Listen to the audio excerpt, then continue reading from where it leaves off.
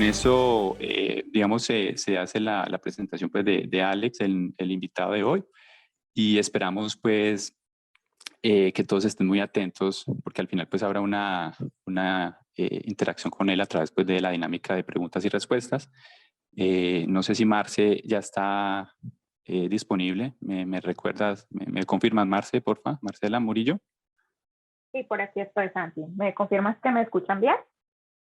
Sí, te escuchamos. Te escuchamos. Entonces, bueno, Alex, it's a pleasure for us to have you here today. So I already did the introduction of your profile to the audience, and so I wanted to let you know that this virtual stage is already yours. Okay? Perfect. Thank you. Yeah, so go ahead. It's your time, and we'll be paying attention to your ideas and speech. Great. Well, thank you very much. And Marcela, if I go too fast, please let me know. Sure, don't worry. Okay. Well, thank you all for having me today. Thank you, Santiago. It was great that you reached out. I'm very excited to kind of share some of my thoughts. It's been a while since I've been able to collect my thoughts and be able to share some of my ideas and what I've been thinking over the past couple of years. So I'm very, very excited to share with you all. Muchas gracias, Santiago, por la introducción, por haberte contactado conmigo. Llevo ya un tiempito largo recogiendo mis ideas y pues para mí es un gusto poder compartir este espacio con ustedes y tener la ocasión de compartirles los pensamientos que he recogido. Also, Santiago, I cannot share my screen currently, so I need the host disabled screen sharing. Alguien que le dé permiso a Alex para compartir la pantalla, que creo que no lo puede hacer en ese momento. Got it. Okay, and you can all see my screen? Yeah, we can see it now. Perfect.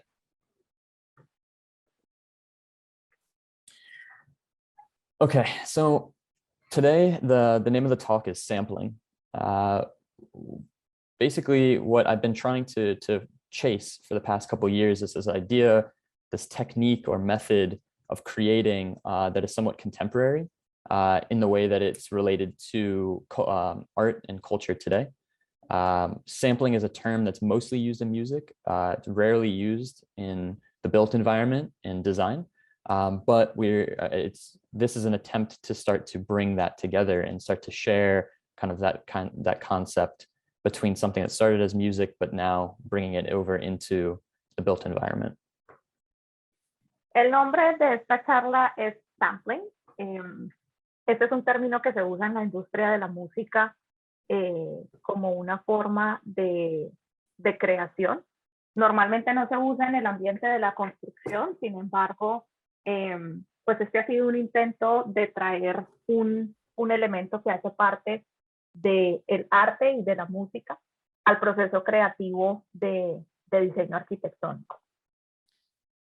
So up on the screen right now are three main definitions that I'll go into for the rest of the presentation. Obviously, sampling by definition is the technique of digitally encoding music or sound and reusing it as part of the composition or recording. So you all probably have experienced this within music where you'll find an old song, an artist will take a sample or take a snippet or a piece of that song, reuse it, repurpose it, and place it into a new song to then create this composition. This kind of technique is used or schematically or very diagrammatically is used in design by taking these other two terms, object and context, taking an object out of its context, repurposing it, reusing it, and placing it into a new context. Bueno, los tres términos que ven en sus pantallas serán usados bastante a lo largo de la presentación, entonces me parece importante definirlos. El primero es sampling, que es una técnica que se usa en la industria de la música donde se toma un fragmento de una pieza ya existente y se remoldea para crear un sonido nuevo. En el diseño, esto se hace tomando un objeto fuera de su contexto y remoldeándolo para que se ajuste a los propósitos que el diseñador quiera dar. So the next couple projects that I'm going to share roughly 4 projects. And majority of the projects were before I came to this terminology, or before I came to the realization that what I was doing was actually sampling. These are actually building up to that idea. The first is being a climbing wall. Again, this is an academic project that I did in the last semester at the University of Pennsylvania. It's a climbing wall in a gym in New York City. But again, the program is not as important. What will be important is the materiality, the texture, and the formal qualities of what we'll be creating. And the program is something that we use to justify those moves. But again, this is kind of the first step into the idea of using sampling within a project. Bueno, a lo largo de esta presentación yo estaré compartiéndoles 4 trabajos. El primer trabajo con el que estoy iniciando fue uno que desarrollé en el último semestre en la universidad. De hecho, todos estos trabajos que voy a presentarles no estaban enmarcados en los conceptos que les mencioné anteriormente. Sin embargo, curiosamente el trabajo me ha guiado a esos conceptos, a darme cuenta que yo estaba manejando esos conceptos incluso antes de racionalizarlos. Entonces, más allá de los programas que se usó para desarrollar estos proyectos, me interesa hacer énfasis en la materialidad, en las texturas, en las formas que se adaptaron a los diseños que voy a compartir con ustedes. So at the beginning of this project, the concept was to start to define the difference between the micro and the macro, so large scale and small scale, between between man-made and nature, and kind of building and landscape. And these first 3 images were the start of the studio, or the start of the project, in which I looked for large-scale satellite images of natural phenomena around the world. So the left is a canyon in the US desert, cloud formations over the Arctic in the center, and actually the right are mountains on Mars. And again, these satellite images were used as inspiration just to start the kind of conversation between this idea of large scale to small scale. So finding large scale images to then eventually map and start to bring into this kind of small scale, or the building scale, moving forward. Para este primer proyecto era muy importante para mí definir las diferencias entre lo micro y lo macro. Entonces, iniciando el proceso creativo, lo que hice fue buscar imágenes a larga escala. La primera imagen que ven en sus pantallas es de un cañón en un desierto en los Estados Unidos. La segunda son formaciones de nubosidades en algún lugar en el Ártico. Y la tercera corresponde de hecho a formaciones rocosas en Marzo. Entonces, la idea era mirar cómo se podían transpolar estas texturas y estas formas en los diseños que se iban originando, y cómo algo que se consiguió a gran escala se podía reducir e incluir en esos diseños a escala micro.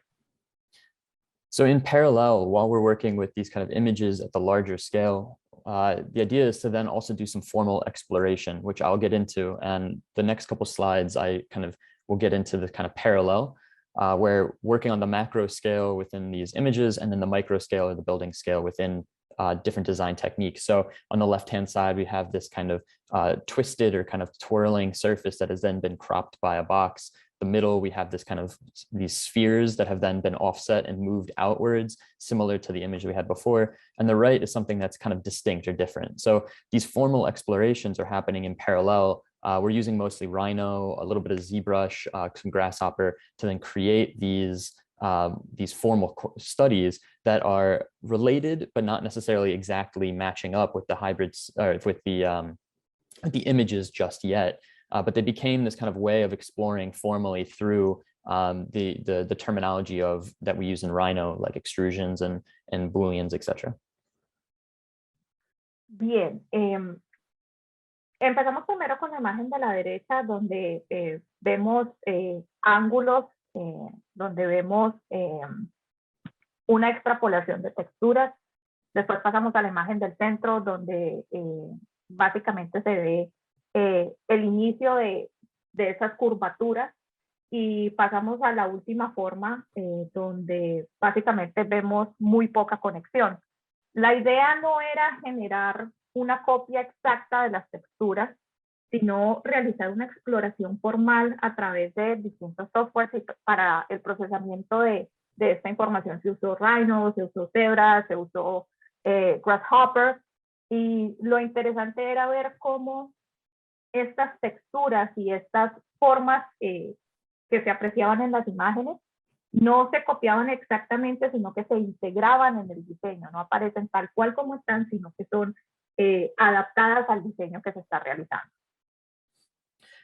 So again, as we're working forward into the creation of some of these materials, the idea of blending these scales starts to become really important. So we have 3 different hybrid, we call them hybrid images, where we start to blend those landscapes that we were creating before with more building materials. So for instance, the center image is that Arctic, those cloud formations over the Arctic matched up with concrete, precast concrete, and some other kind of paint effects to then create and blur the difference between the micro and the macro, and then now this kind of man-made in nature.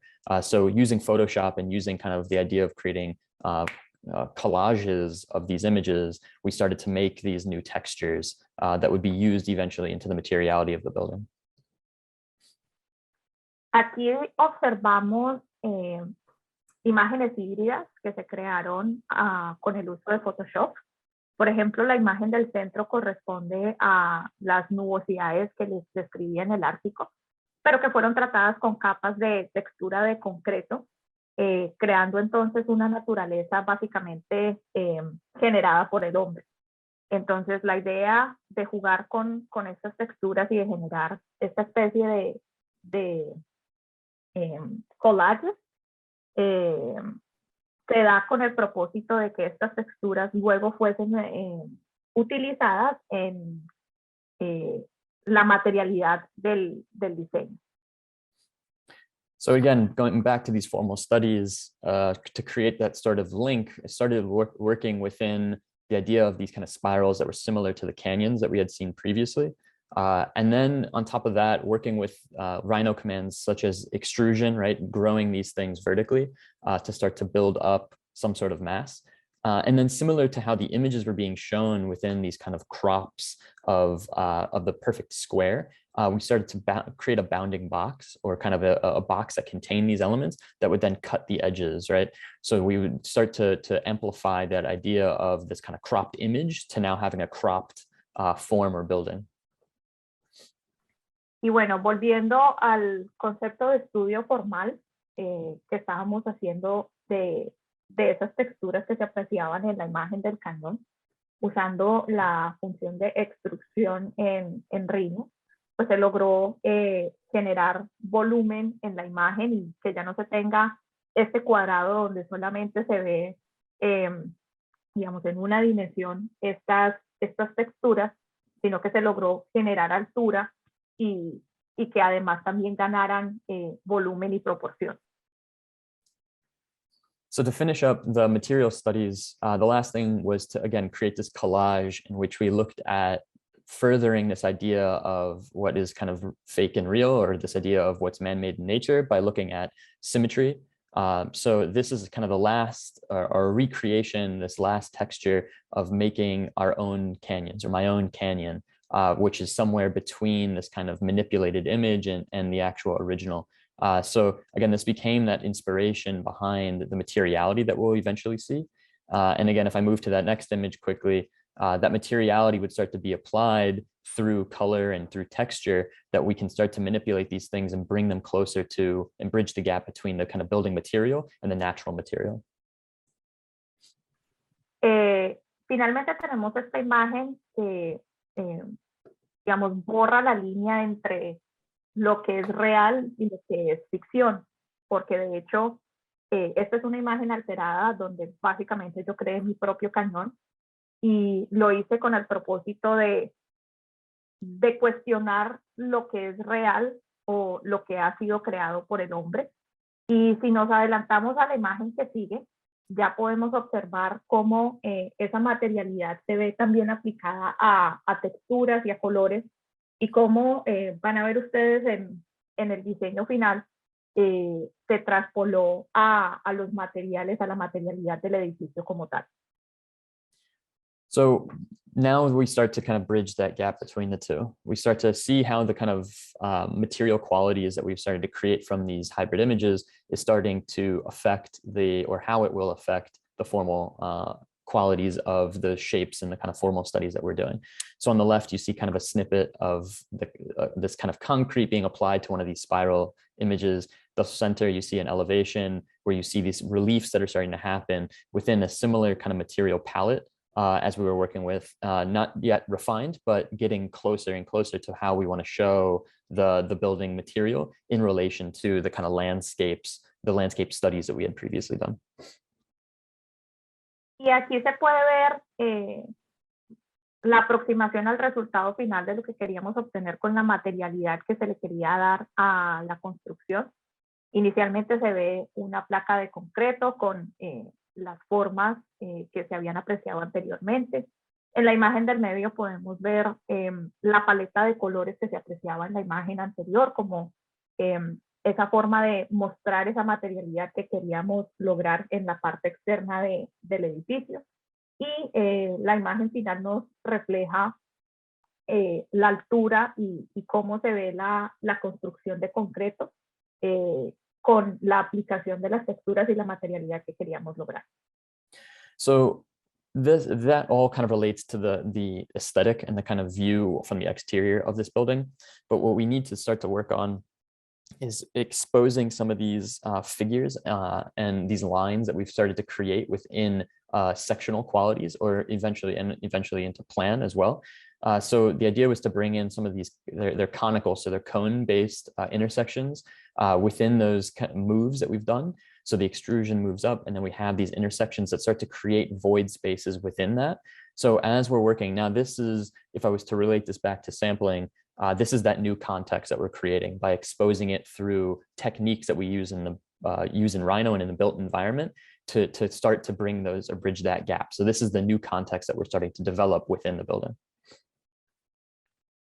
Aquí podemos apreciar entonces en su máximo esplendor el concepto de sampleo, ya que estamos observando cómo se le da un nuevo contexto a estas formas. Pues aquí la idea era traspolar esas formas cónicas que se aprecian en la primera imagen para generar estos elementos en los espacios adecuados en el momento en el que se estuviese generando la función en Rhino de extrusion. Entonces, lo que se puede apreciar es cómo se tomó este elemento y se le dio un nuevo contexto, y aquí se puede ver su aplicación. So as we move to the final result of how these have started to come together, we can start to see in plan, again, we have the ground plan here, middle, somewhere in the middle, and then kind of the upper, the top floor. We see the qualities that were starting to come out in some of those original images through these kind of perfect forms and figures. So you see the kind of the similar aesthetic that was happening within the canyons. And these become the kind of qualities that we're starting to look for within plan. So as we start to manipulate the formal qualities, this is the result that we're starting to get. And we're curating the space that's in between these elements as it moves up. Again, the idea is that the formal qualities relate to the images, but we rationalize, or we say that the climbing wall, the gym program, everything can fit within these spaces to rationalize or to verify the formal moves that we've created. Y aquí podemos observar tres momentos del plano: el plano del primer piso, el plano del un piso intermedio, y el plano del piso superior. Se pueden apreciar también cómo esas formas que observábamos en el cañón aparecen presentes en el diseño, y cómo se juega con los espacios, con los vacíos, donde se puede decir, bueno, aquí hay espacio para el gimnasio, hay espacio para la pared de escalada, donde básicamente entran en armonía las dos cosas, y se puede ver cómo estas texturas se extrapolan y generan un elemento de diseño nuevo y diferente.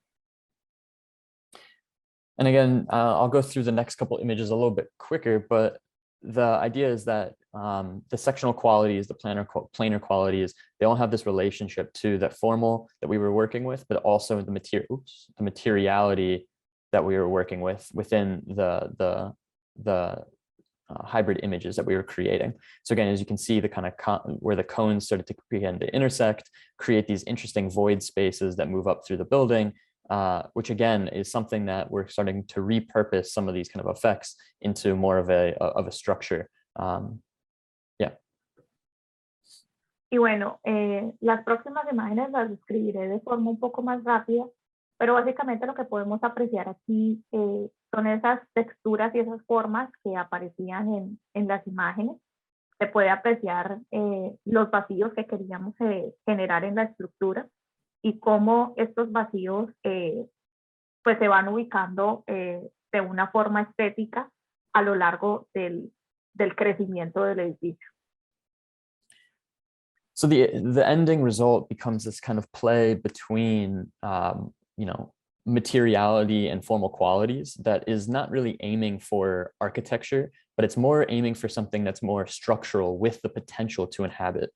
So it's not necessarily saying that every space will be programmed, but the kind of material qualities and the essence of what this building has now become starts to relate more towards those material and formal qualities in which people can start to fill in those cracks and start to utilize the building for kind of a purpose. So again, it's not necessarily supposed to be you know, this programmed, super heavy programmed building, but it is supposed to be this kind of formal quality somewhere between kind of landscape and architecture, between, you know, structure and sculpture, someplace there. That's where it situates itself. Y bueno, este es el resultado final que observamos. De hecho, el propósito de este edificio no es que sea una estructura programada para un fin, sino que sean las personas que lo utilizan quienes determinen cómo desean habitarlo. Y la idea precisamente de generar esos vacíos es esa, es permitir que el edificio abra las posibilidades de la persona que lo utilizan y que se ubique en el medio de ser una construcción, sí, pero también de hacer parte del paisaje. La idea es que se ubiquen en medio de esas dos cosas. So if that first project, I consider that more of a sketch. So that was the first iteration of trying to work with this idea of sampling. And again, I'm wrestling with this idea of using reference material, such as those textures, etc., to then create my own figure and form. This next project is actually on the other end of the spectrum. It's a built work. It's something that I worked on professionally at Studio Liebskin in New York. And this project is, again, if the previous was a sketch, this is more of a solid built work where I tried to, or what I got out of this project was an idea of sampling in a different way. El proyecto que acabo de compartir con ustedes no fue un proyecto construido, fue un proyecto que se quedó en el sketch. Era básicamente mi primera iteración en aproximarme a inspirarme con estas texturas, con esta materialidad. Y el proyecto que voy a presentarles a continuación se encuentra de hecho al otro lado del espectro porque fue un proyecto que fue construido. Básicamente lo que me quedó de este proyecto fue la posibilidad de jugar con esa materialidad, de jugar con esas texturas y de ya pasar del sketch a algo real. And again, I wanted to make sure that I'm, you know, say this clearly, that this project for me, I was part of a team. I also, you know, I came into the studio after the project had started. So the project itself, I can't take credit necessarily for the design, but I can, you know, I was a big part of working within the project to get it to be constructed.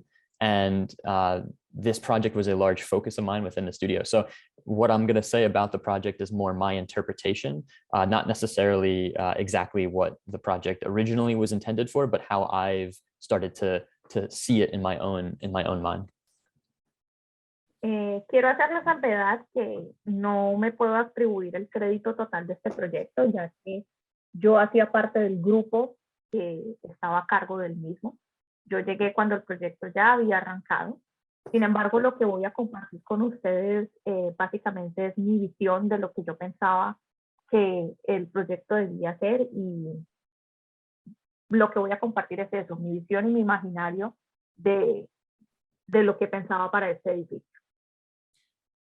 The project itself, again, was done with Studio Libeskind in New York. It is an ice hockey arena and 5 residential towers. There's a little bit of office, and there's actually a casino as well.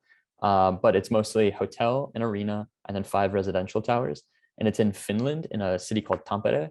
And Tampere is the 2nd largest city in Finland, 2nd to Helsinki. And it's further north. As you can see, the project is actually sitting on the main train station. This is the main train station that runs through the city and has become kind of the icon which bridges this kind of eastern side of the city and the western side of the city, which is extremely important in the kind of advancement of the city and the growth of the city in general. Bueno, este proyecto se trabajó desde el estudio Leipzig en Nueva York.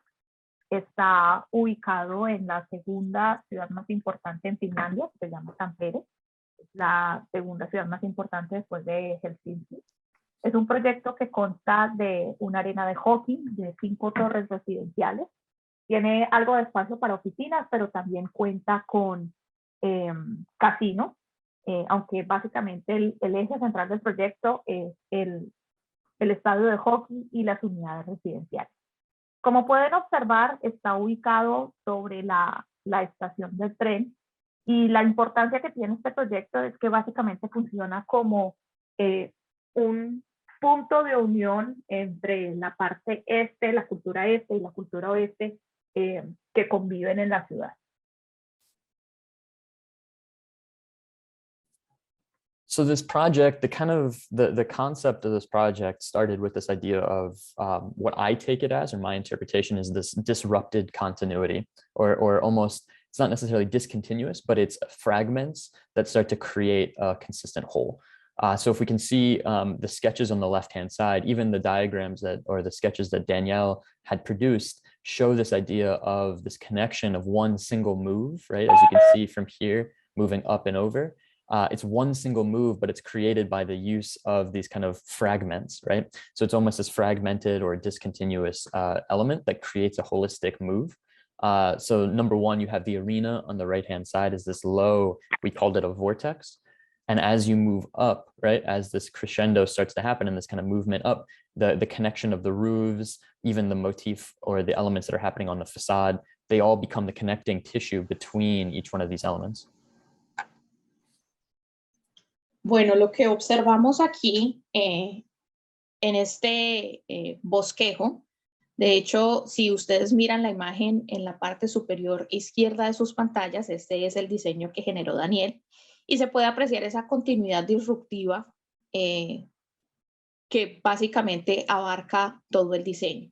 Si miran la parte inferior derecha del render, ven ustedes el estadio, la arena como el vortex, y de ahí se desprende el resto del diseño, generando esa disrupción en el mismo. So what's interesting to me when I look at this project, again, from the outside, and being able to present it after a while, after it's already been built, or part of it has already been built, I started to see this relationship between, and really started to see this relationship between the drawings and the kind of ideas of this project and one of Daniel's, or a few of Daniel's early drawings. So for those who don't know, Daniel Libeskind is quite a famous architect now. He became famous mostly for a Jewish museum in Berlin. And what started though, as what all of his architecture started as, was a series of drawings and series of artwork that he became most famous for. This is part of a series called Chamber Works, and it was finished in 1983.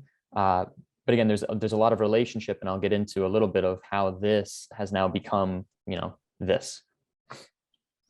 Para mí fue muy interesante observar cómo en esos diseños se podía observar el trabajo inicial de Daniel.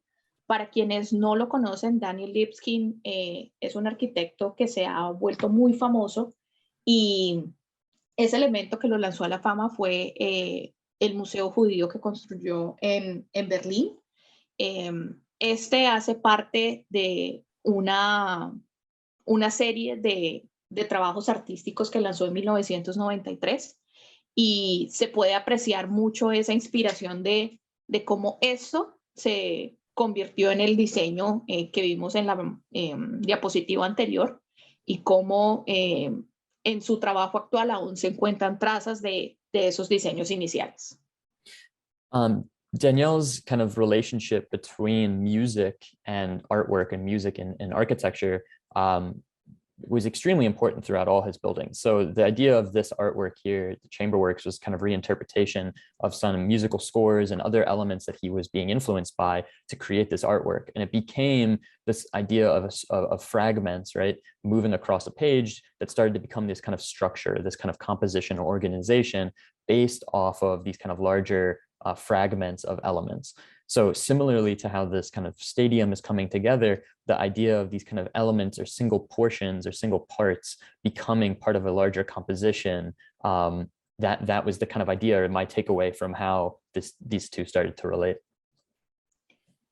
Para Daniel, los conceptos de música, arte y arquitectura siempre han estado interconectados y de hecho esto se aprecia en esta pieza de Chamber Works.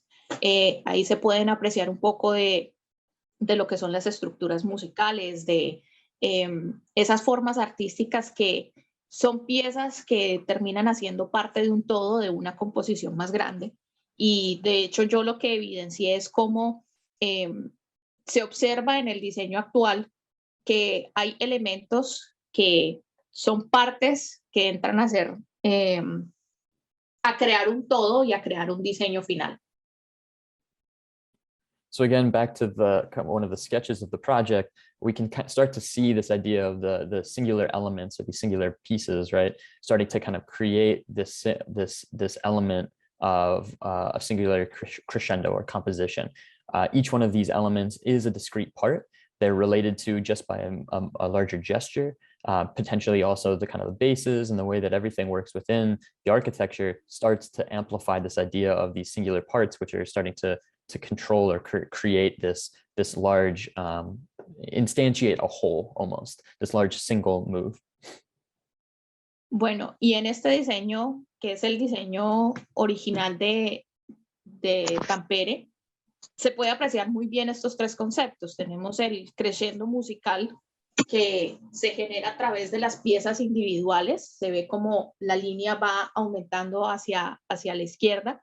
Y también cómo se juega arquitectónicamente con la base, que si bien son piezas individuales, cuando se miran de lejos aportan a la generación de una pieza más grande, aportan a esa creación de un todo. The next few images I'll share are a combination of renderings from the design process and a few photographs as well. What I always thought was very amazing now that I've seen it built is that the kind of relationship between what we've originally designed, and of course we were using programs such as Rhino and Grasshopper to create the structure and eventually into Revit as well, another program that we use. But then to see it become kind of reality, you start to see the idea and the original intent of some of these elements coming together. For instance, the facade and how kind of some of these pieces, right, the facade elements, these slats start to create that vortex and start to create that dynamic quality that we saw in the sketches in a way that's very structural and very kind of architectural. En las imágenes que voy a mostrarles hay una combinación de render y de fotografías tomadas in situ. Para mí fue muy sorprendente ver cómo este diseño pasó de esos conceptos que se veían desarrollados en programas como los que ya hemos mencionado, como Rhino, como Zebra. Pero, por ejemplo, poder observar en la arena, en el estadio, cómo esta fachada y estas piezas contribuían con la creación de ese vórtex en el que se pensaba pues fue bastante sorprendente y fue una forma de mostrar cómo esto se integra a la arquitectura.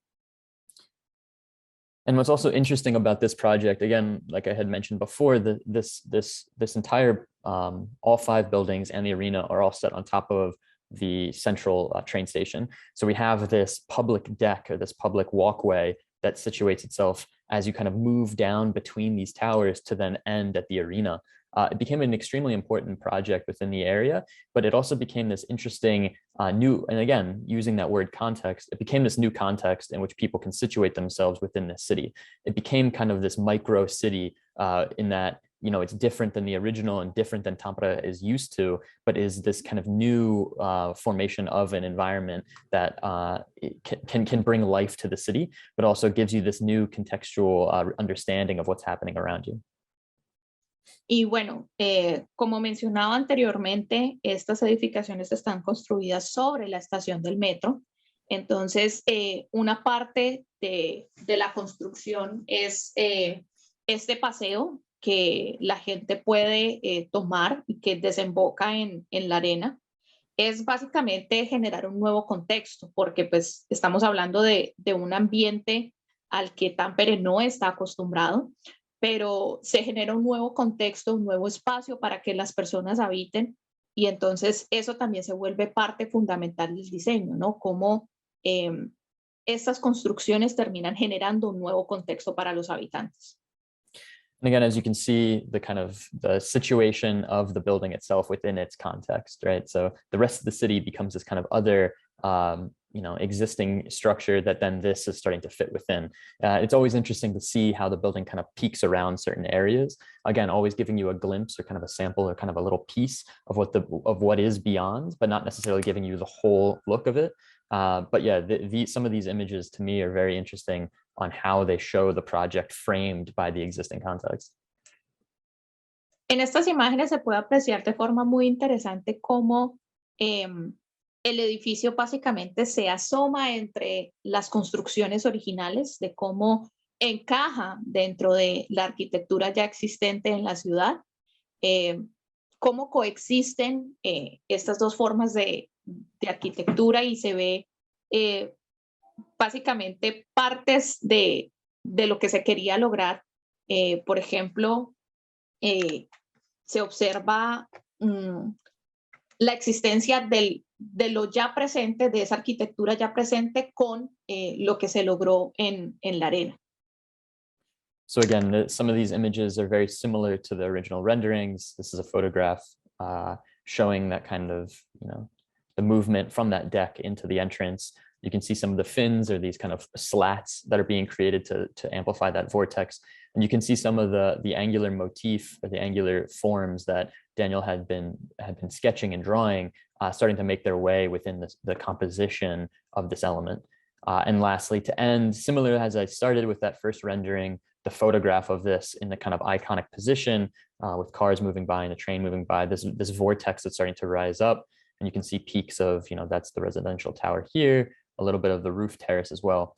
So again, coming back to the original, the idea of this as being a collection of these kind of objects that are then placed around to create a concise whole, you can start to see that both at a detail level, something as small as these slats or the facade, all the way up to the whole composition of the project. Y bueno, en estas imágenes ya se puede apreciar de forma más detallada lo que se observaba en los renders. Se observan los ángulos en la construcción, se observa en la edificación contigua los ángulos que se veían presentes en los renders de Daniel. Y bueno, esta imagen es la imagen icónica del edificio, con los carros moviéndose, con el tren pasando, pero en ella se observan cómo los elementos individuales aportan a ese todo, a esa escena que se quería lograr. Se ve la punta de la torre residencial, se ve la punta de la terraza que hay en la parte superior de la arena, y se ve cómo estos elementos, cómo estos ángulos construyen ese vortex que va subiendo, y se puede apreciar perfectamente cómo estas formas aprecian a esa creación de ese todo que se quería lograr. So far that we've seen two main projects, one kind of on the sketch side of some sort of concept, another on more of a solid developed side, something that's already built.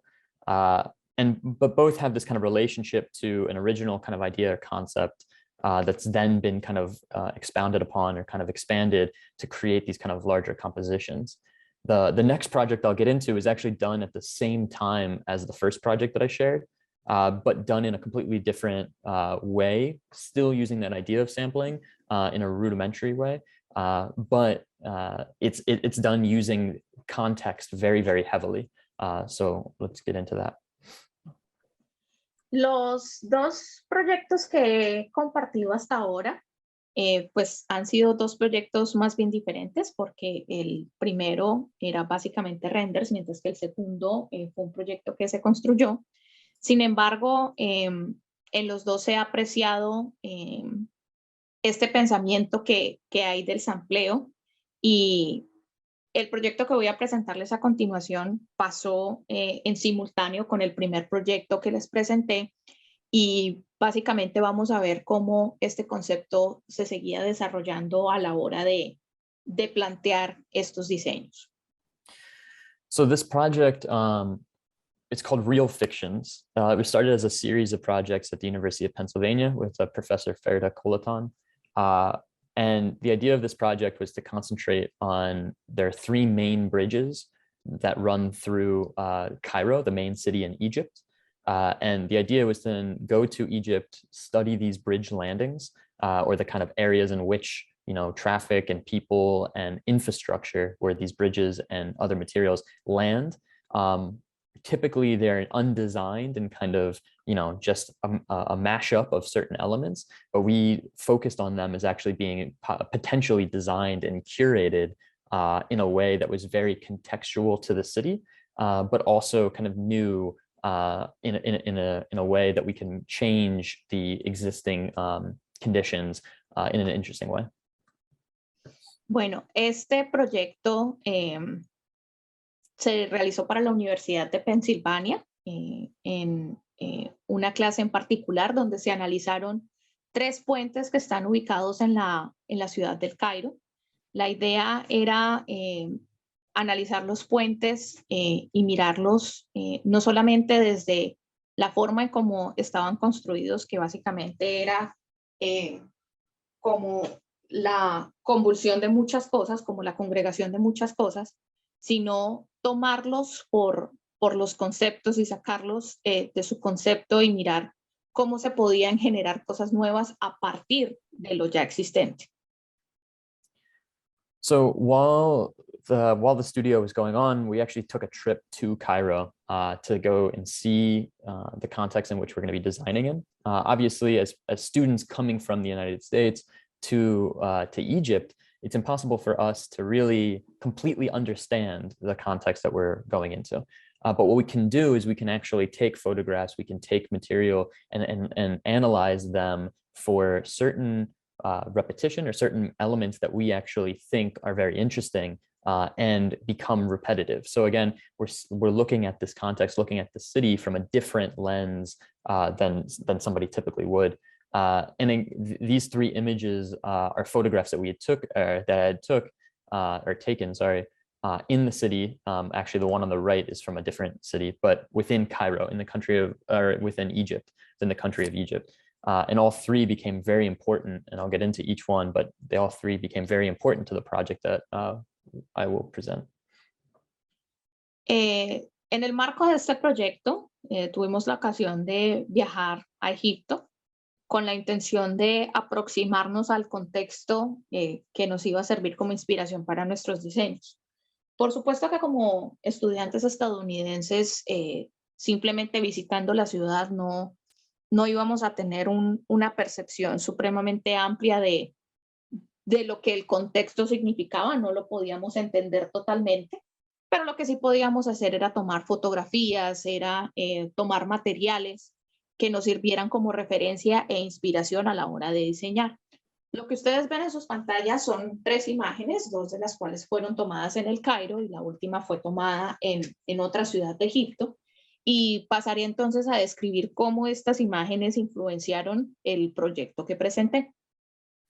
So the first image on the left is actually inside of a church. That church is built half in and half out of a mountain. So as you can see in the top portion of the image, you'll see some of the rock formation, right? On the lower, or the center and then lower part, you'll see the kind of man-made intervention, which is basically these larger glass panes and steel structure that then is attached directly to the mountain itself.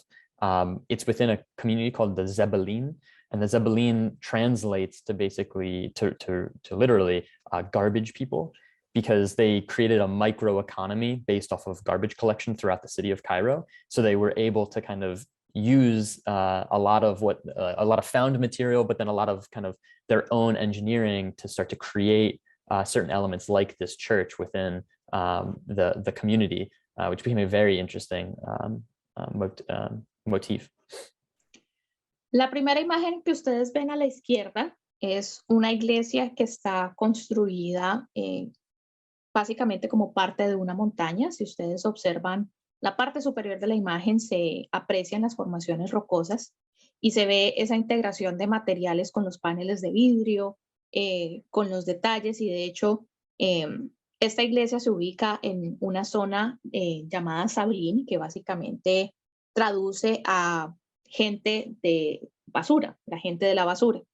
Esto se denomina de esta forma porque esta población generó una microeconomía alrededor de la recolección y el tratamiento de basuras. Entonces, lo que ellos hicieron fue utilizar la ingeniería y utilizar los materiales que iban recolectando para crear estas estructuras y generar este motivo. The center image it's kind of a common sight throughout the city. It's the entrance to a mosque. There are many, many mosques that situate themselves throughout the entire city of Cairo and throughout all of Egypt. One of the kind of specific elements that happens at an entrance to a mosque, or specific motifs, is the idea of the muqarna. The muqarna is a series of archways or arches that have then collected together to create this texture that always, I mean, when it comes to these kind of older mosques, it always marks the entrance in which that you're supposed to travel through.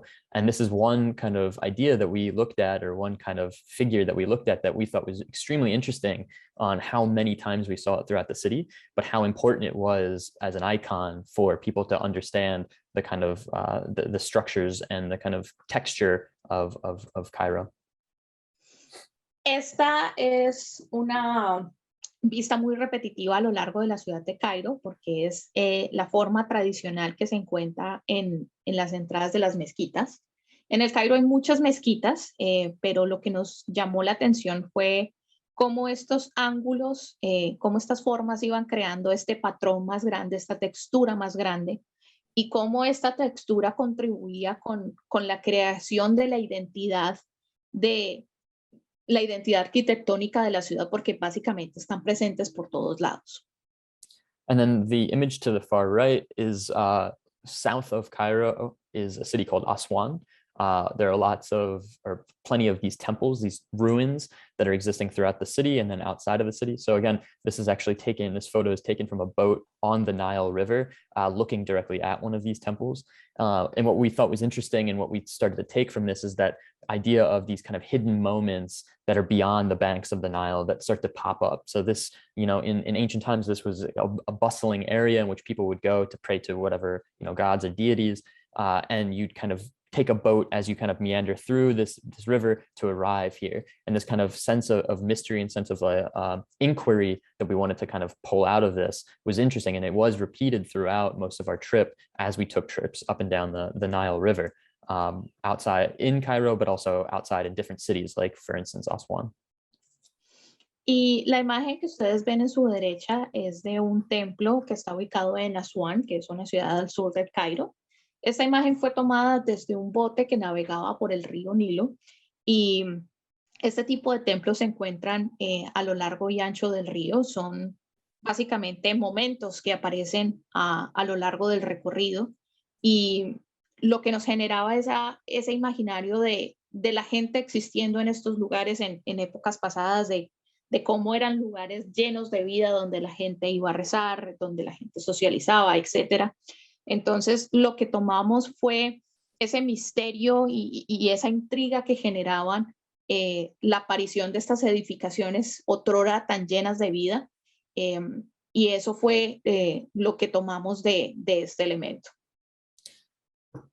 So if, again, the first project was to look at these landscapes and then start to manipulate them, this project looks at existing conditions on the site. So that original photograph showing the bridge landings, the first step that we started to explore was actually to try to recreate as perfectly as possible the existing conditions of the site. And again, these are taken in small snippets, so not necessarily ever in a larger whole, but as these kind of small parts or prototypes for each portion. And as you can see, in certain areas, we would get to a point where, you know, we can only see up into this door. So we had to kind of create or create from our own minds where that door would go and start to finish that. So these three are actually representations of what's happening on site, but with an addition of certain ideas that some things that we can't see or things that we don't fully understand, us to kind of fill in the gaps or fill in the breaks in a way that was familiar to that area, but then also using our own kind of ideas or aesthetics. Lo que vemos aquí es un ejercicio muy interesante de tratar de llenar espacios. Son digamos, piezas independientes, no son prototipos a gran escala, son piezas pequeñas. Pero lo que observamos aquí, por ejemplo, en la imagen de la izquierda, es que nosotros podíamos ver hasta dónde llegaba la puerta, pero después era nuestro trabajo imaginar a dónde conectaba esa puerta, qué seguía después de eso. Entonces, el reto aquí era diseñar algo que se sintiera familiar con el ambiente del que venía, pero que al mismo tiempo incluyera nuestras propias ideas y nuestros conceptos de lo que el diseño debía ser. Entonces era la integración de lo que podíamos observar y lo que teníamos que imaginar. And lastly, if this image on the right-hand side, one of the key ingredients to how we're going to be working in the future for this project was to look at certain elements in infrastructure. So for instance, the lighting and how the lighting works within maybe uncovering the street slightly, or exposing some of these kind of elements of how, you know, electricity would run through these elements and amplifying that, right? Being able to draw that out more, but then use it in a more aesthetic way to then have a railing turn into a light, which turns into the bridge, which isn't necessarily within the context, but it's our first start at looking at how we can manipulate elements in a way that becomes more interesting using the existing context, right? Using objects that we find on site to then start to fill in the gaps. Y en la imagen que ustedes observan a su derecha, hay un elemento muy interesante y es cómo nosotros pensamos en aspectos funcionales que entran a ser parte del diseño. Por ejemplo, si observamos las luminarias y el recorrido que estas hacen, como primero hacen parte de esas barandas, luego bajan para ser parte ya del puente. Entonces, no solamente es pensar en algo que sea funcional, sino que también se integre bien con el contexto en el que se están desarrollando y cómo esto luego se va a amplificar en el diseño que sigue. Pero la idea era pensar entonces en estos elementos no solamente como elementos funcionales, sino también como parte estética del diseño. So the next few images are a collection of the final that was produced. As you can see, this one was the start. I actually like to show these images in reverse, but I decided to show it in this way because I wanted to be able to describe the context and then start to work backwards. So basically, this is one of the bridge landings, right? The Qasr al-Nil Bridge in Cairo. So this is our site. And basically what this is it's a traffic circle, right? It's a traffic circle in an existing kind of French garden that sits here. And we started to fill in the gaps and started to use some of the familiar forms and figures that we had seen across Cairo into the fold of this park, right? So now we're creating this new park landscape that's on, I guess, the western side of this site. That's much more organic, much more kind of not as curated as the park to the right, and becomes this kind of free element that people can actually access and use Maybe there's cafes, maybe there's shops that are sitting within here. But again, using the similar aesthetic and motif that we saw throughout the entire city, but then manipulating it, using it in a different way and replacing it into someplace new. Las imágenes que voy a mostrarles a continuación básicamente son los diseños que se originaron de ese proceso de observación que tuvimos. Aquí, por ejemplo, podemos observar un puente que existe en la ciudad del Cairo. Esa es una rotonda vehicular y se observa también una especie de jardín francés que básicamente fue curado de esa forma. Y cómo nosotros entramos a llenar esos espacios con formas que resultan familiares a la arquitectura ya presente en la ciudad, pero que permiten que haya una interacción más grande de sus habitantes con los espacios. Entonces, pues se genera un parque, se generan espacios que pueden ser utilizados como cafés, como tiendas, pero que al final de cuentas permiten que haya una mayor interacción de los habitantes con el entorno sin necesidad de generar una disrupción en las estructuras ya familiares para ellos. So again, the next step was to start to look at these in a little bit more isolated. So if we start to think of ourselves, if we start to think of ourselves as being placed into Cairo, into that city, and then extracted out, brought back to the United States to then do this design study, we can start to manipulate these images in a similar way. So these are all considered quote unquote object style images in which we actually extract out, and the remainder of the context around the white space doesn't necessarily show in these, it never really shows, but we show it in an isolated element. Again, similar to that kind of idea of a sample, we're starting to extract these elements out of the project and show them more prototypical than we normally would. So for instance, this image here sits within this portion here. Entonces, lo que observamos en estas imágenes ya es un poco más de ese concepto de sampleo. Si pensamos en nosotros como estudiantes que fueron insertados en el concepto en el contexto del Cairo y luego fueron extraídos nuevamente para sentarse a diseñar en los Estados Unidos, entonces ya lo que entramos nosotros a hacer es ese sampleo de texturas que de hecho se aprecia mucho más en detalle cuando se miran los diseños de cerca. Esta imagen que ustedes ven corresponde a la porción izquierda del diseño que elaboramos y se ve entonces cómo se hace ese sampleo con las texturas que eran familiares al entorno del Cairo. And again, some of the motifs that we had seen previously, like the Mukarna, for instance, and the kind of archways as the aesthetic that we're starting to play with, we used kind of, Rhino software to start to manipulate those, turn them on their heads, turn them around, start to use them. Maybe the archway is actually part of a stair, right, as it kind of moves around. And the concept of this project specifically was to create infrastructure to then bring water in. It's kind of a filtration device that brings water in, uses and treats that water, and then uses it just to kind of as a sprinkler system or as watering system for the park itself. And again, if we look at the kind of idea of the infrastructure similar to the lighting on the bridge, we start to work with these pipes in different ways to kind of create these textures. If I zoom in, you can start to see some of those piping kind of working around into this motif of the texture that works through this facade. Si nos acercamos más a la imagen, podemos ver cómo los ángulos y las texturas presentes en la mezquita aparecen en este diseño. En él se incluye un sistema de filtración de aguas que básicamente toma el agua, la trata y la distribuye en un sistema de riego para el parque. Y podemos apreciar también cómo los ángulos aparecen incluso en las tuberías que hacen parte de este sistema y cómo las tuberías incluso entran a aportar a esa textura, a ese motivo que se quiere lograr y a esa inspiración que se tuvo. And again, each one of these images is starting to become an extraction of an element within that site or within the kind of creation that we've made.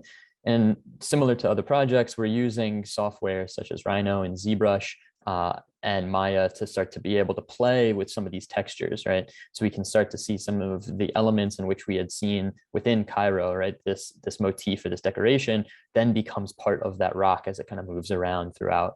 And each one of these is modeled based off of that. So trying to be as meticulous and kind of perfect as possible, precise as possible in certain areas, but then starting to let these things start to mold and blur the boundaries between what's kind of infrastructure, what's architecture, and what's context, basically.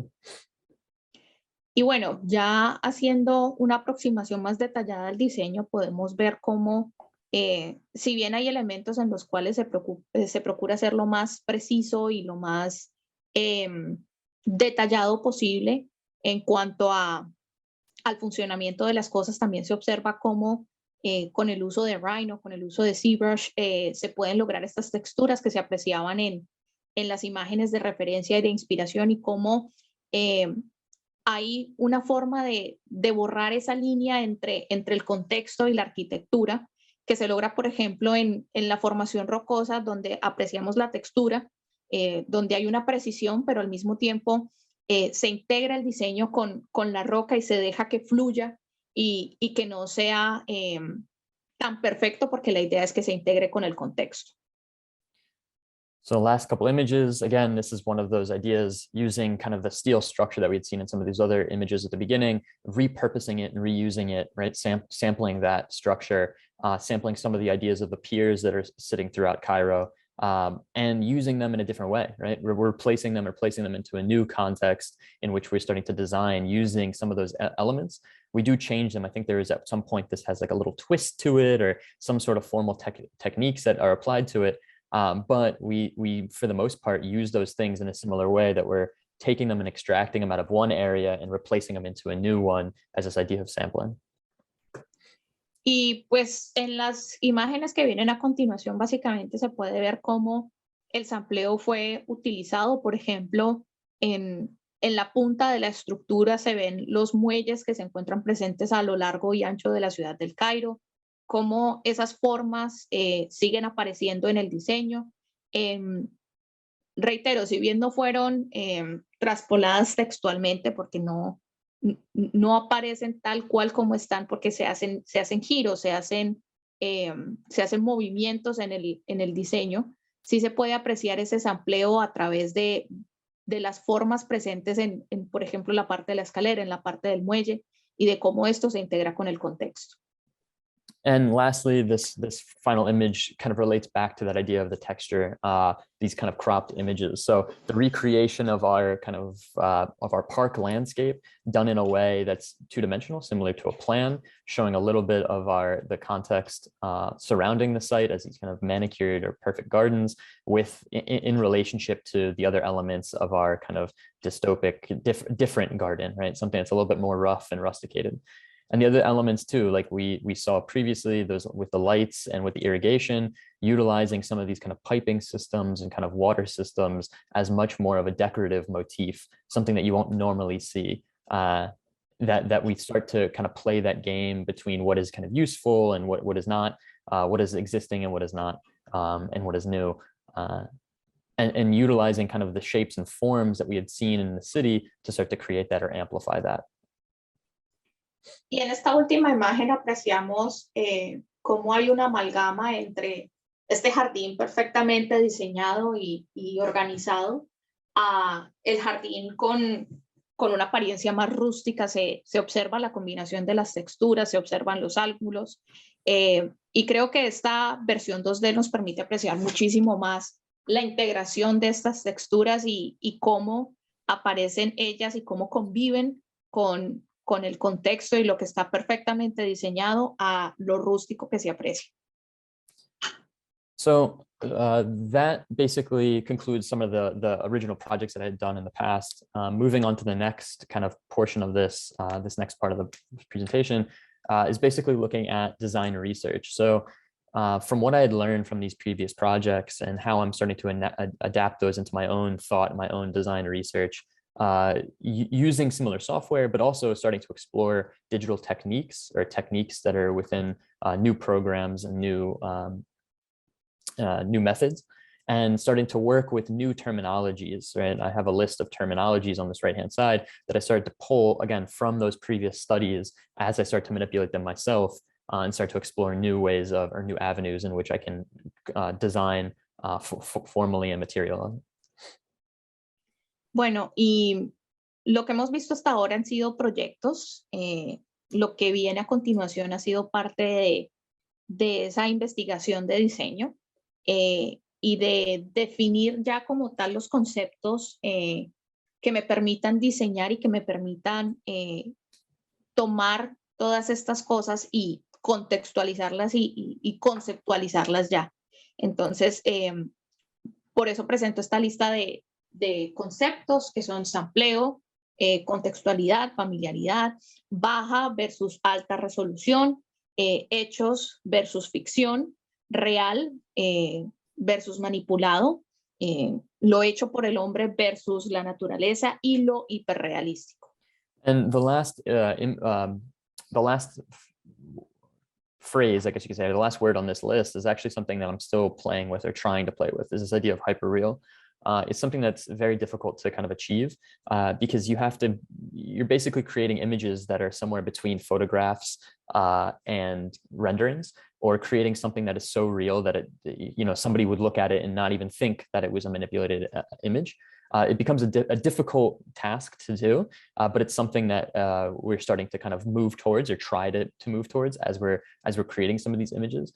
So as I move forward into some of these, that idea of creating some kind of image that blurs between photograph and real, photograph and rendering, we start to play with those kind of ideas. Y este último concepto es el concepto con el que más he estado jugando, en el que más he estado trabajando últimamente, porque presenta un reto muy grande crear productos que mezclen fotografías y renders y que se vean de tal forma que quien los esté viendo no cuestione que sean imágenes manipuladas. Lograr ese balance que permita generar ese efecto y que permita generar esa impresión no es tarea fácil, pero es el concepto con el que más hemos estado jugando últimamente a la hora de sentarnos a crear. So this first image is actually from a competition entry in which I was a finalist for a Hyperloop facility. Hyperloop is kind of a high-speed train that's supposed to connect Los Angeles and New York. And basically the idea was that we were creating this facility for testing, but also kind of museum and some shops and some restaurants, etc. And it's outside of Las Vegas in the middle of the desert. The program isn't necessarily what drew me to this project. What drew me to this project was a location, and within that location, and this is actually a satellite image of that area, I started to kind of play with this idea of this facility, this man-made facility, starting to blur that the border between man-made, right, and then kind of nature. And a lot of this in here is using techniques that are actually familiar within factories in the middle of deserts. For instance, these pools, right, are actually evaporation pools where waste from this factory would be produced and then submerged into water and let here to evaporate. So these kind of techniques are actually used on a day-to-day basis, but not necessarily maybe in the same formal language that we're starting to see here. Bueno, la imagen que ustedes observan fue mi propuesta para un concurso en el cual fui finalista. Lo que me atrajo a este proyecto no fue la naturaleza del mismo, que era diseñar una terminal que sirviera como estación para el Hyperloop, que es un tren de alta velocidad cuyo propósito es conectar la ciudad de Los Ángeles con la ciudad de Nueva York. Lo que me atrajo no fue este elemento, sino la locación del mismo. Esta estación está ubicada en un desierto en Las Vegas y básicamente el reto era generar algo que borrara esa línea entre lo hecho por el hombre y lo que es real. Entonces empiezan a jugar con elementos como las piscinas de evaporación, que son las que se ven en la parte superior de la imagen, cuya función básicamente es recoger las aguas que generan estas fábricas, tratarlas y permitir que se evaporen, pero ya están presentadas como un elemento más formal dentro del diseño, que también incluye espacios para que la gente habite, como cafés, restaurantes y otro tipo de cosas. And again, this image was created in a similar way that the original landscape images were created. So it's a hybrid between photograph, between satellite imagery, and between my own rendering. And if we look at it also in plan, we can start to see the kind of idea of this kind of, man-made element almost growing into the landscape, affecting the landscape, and how the kind of topography starts to work around this element, and how these kind of more organic shapes start to fit within these rock formation like shapes, fit in within the context, or within the composition, I should say. Bien, lo que podemos observar en esta imagen es básicamente un híbrido de una imagen satelital y mi render, y la intención era generar esta estructura hecha por el hombre que básicamente creciera en este espacio real, que se combinara con este espacio real, y por eso podemos ver cómo la estructura básicamente se combina con la topografía. En este plano se puede observar cómo el diseño se combina para generar esa percepción de que se está básicamente integrando con el espacio real. So again, I'll go Alex, Yeah. un segundo. Es que hay una mano levantada, pero pues yo creo que no lo dije al principio. Al final de la presentación de Alex va a haber una instancia para preguntas y respuestas. Entonces yo pediría que esperemos a que Alex termine su presentación y poder hacer las preguntas.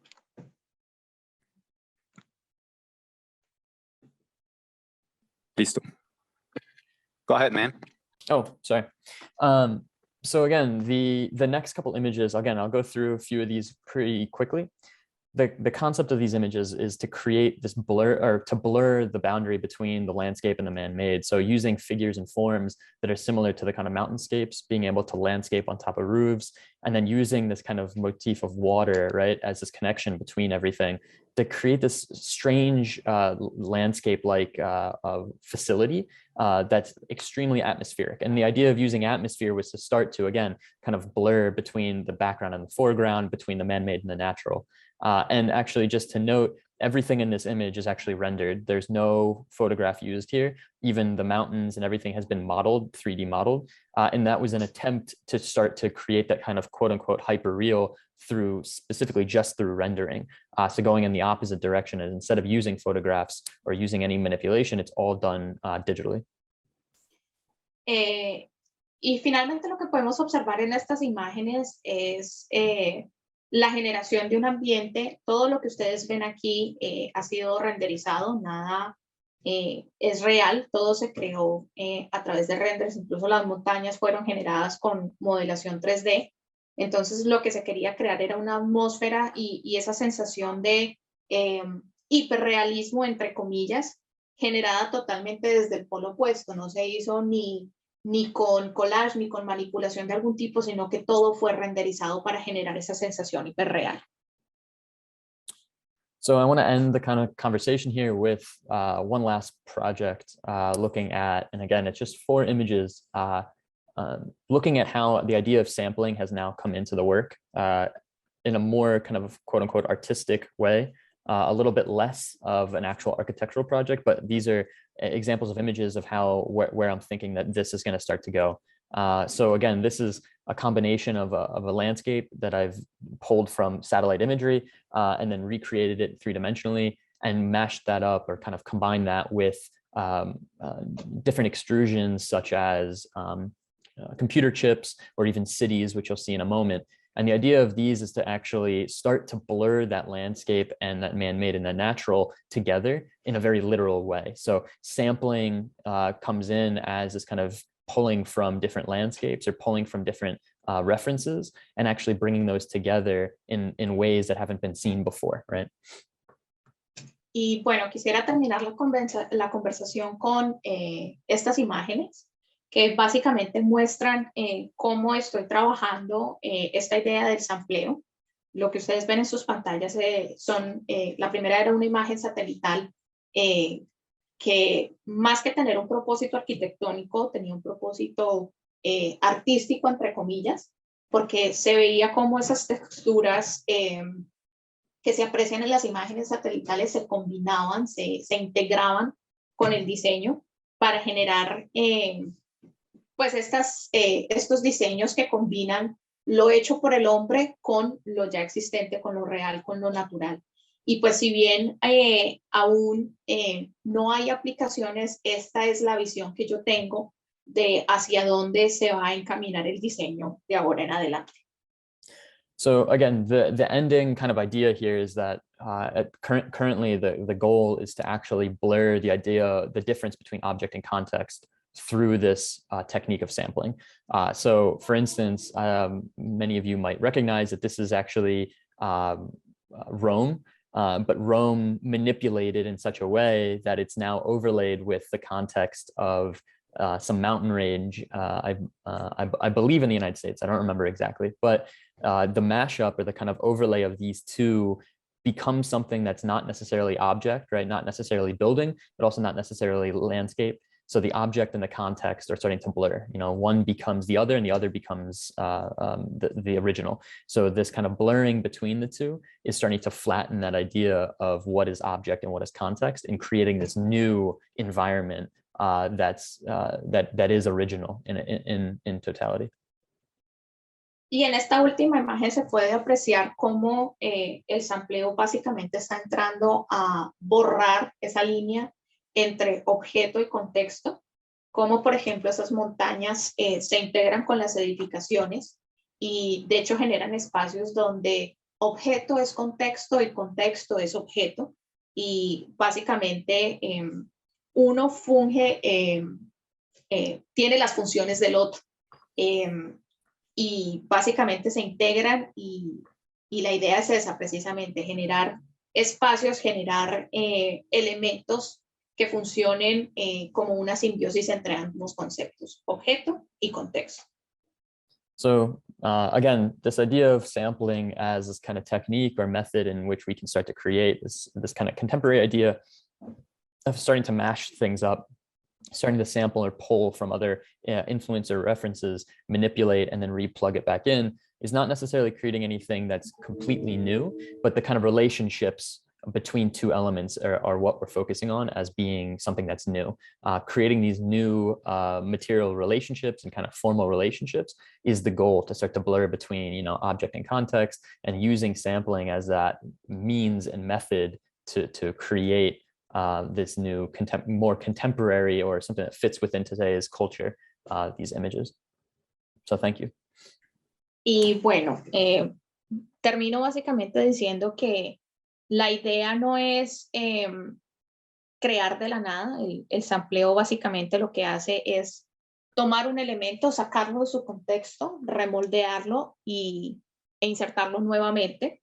El propósito básicamente de esto es lograr diseños y lograr construcciones que se integren mucho mejor con la cultura presente, se integren mucho mejor con el contexto actual y generar una simbiosis y una armonía más consistente con lo que se da actualmente. Muchísimas gracias.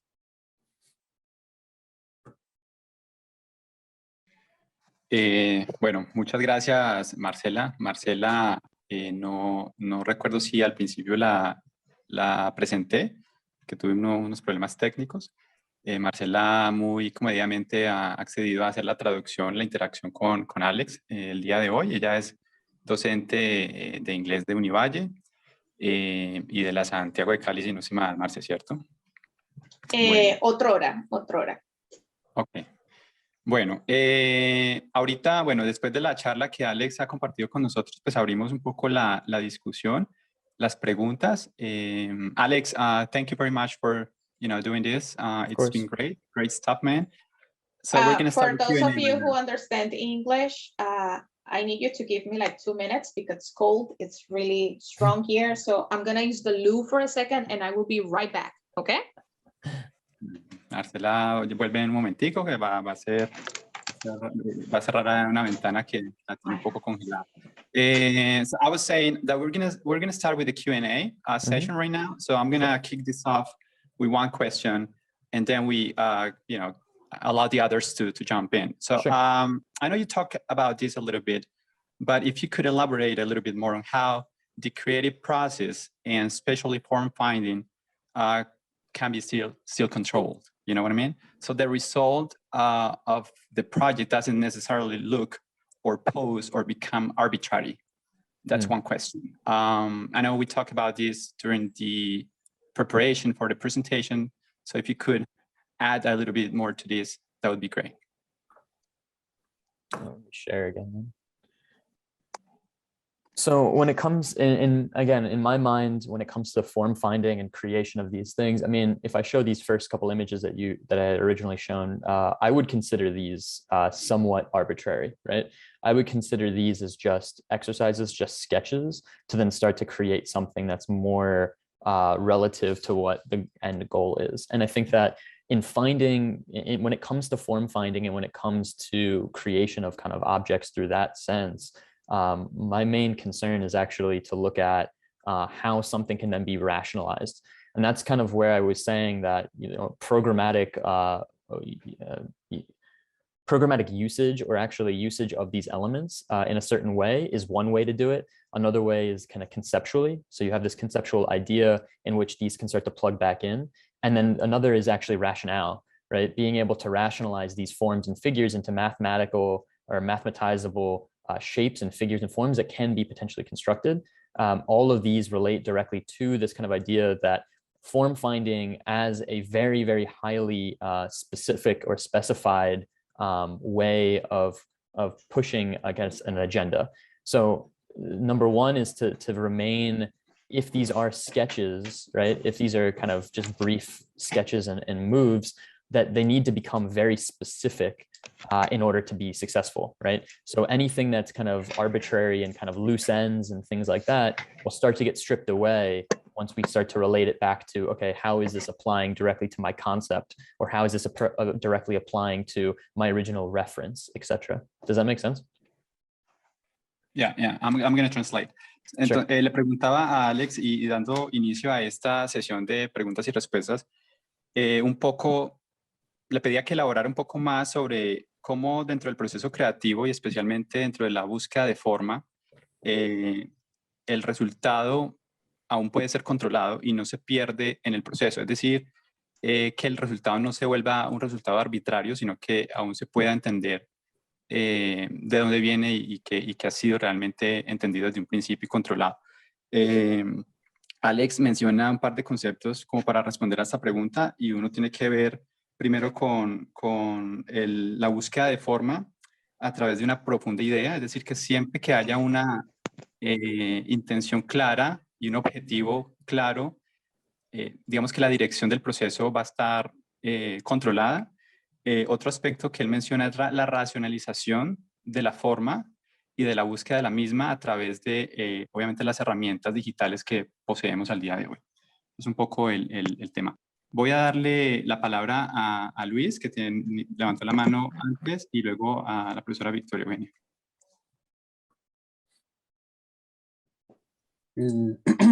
¿Ya puedo hablar? Qué pena. Sí. Okay, so yes, I have a basic question. Like, I saw those renders and I was like, that's so amazing. I was like, wow. So my basic question was like, how long it takes to create this like illusion, well, the render, so it looks real, like to reach this goal of merging what's man-made and what's in the nature. So like the people like believe that is something that is already there, that it's existing. And what kind of programs are used like for the full process, from the mass creation to get the renders and to finally get like the whole product itself? Like, what kind of programs are used for this magnificent work of art? Well, thank you. Actually, so in order to, well, there's not really one mean and method of creating a kind of idea of realism within these images. I think that it is a combination of very, very specific and highly precise modeling, number one. So for instance, for this example, all of this was modeled in Rhino for this massing, but then I also used video game software called World Creator to create the landscape and actually do some of the kind of rock formations that are on top of these roofs. And then I use ZBrush to start to actually bring in a little bit more of that texture. Now, with all of those modeling software, that takes X amount of time. That's up to you of how refined it needs to be until it's believable. But then the next step is to actually bring it into something like Photoshop or like any kind of Adobe software to then start to blur. So a lot of these are rendered purely, but then some of them actually have a lot of photography and other actually art that's starting to blur. So for instance, in this image, some of these kind of baths and things was actually taken from photographs of different factories in deserts throughout the world. So I didn't necessarily render the water, but I did Photoshop that in and tried to create it. So time-wise, it really depends. But it is a combination of using multiple softwares. It's very difficult to do it within just one software and that's it. You need to compound upon these things and kind of open yourself up to multiple ways of creating and multiple ways of representing in order to kind of achieve something that's quote unquote like real. Does that answer the question? Yes, it did. So basically you need to have like an artistic eye as well, like not just an architectural point of view, but also like photography, light, contrast, dimension, and all that stuff, like from the artistic point of view, right?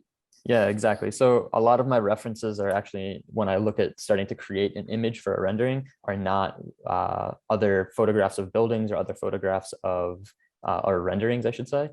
My references are always artistic and art and looking at how, and composition is a big thing. As you, maybe if I even show, I mean, one of my favorite things to do within some of these renderings is to like take a chair and turn it over, right?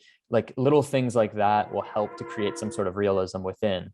Again, adding some sort of textures to this contrast within here, and maybe even some of these cracks were done in Photoshop. They barely can see them, but they add enough texture to then complete the composition as this kind of, you know, quote unquote real.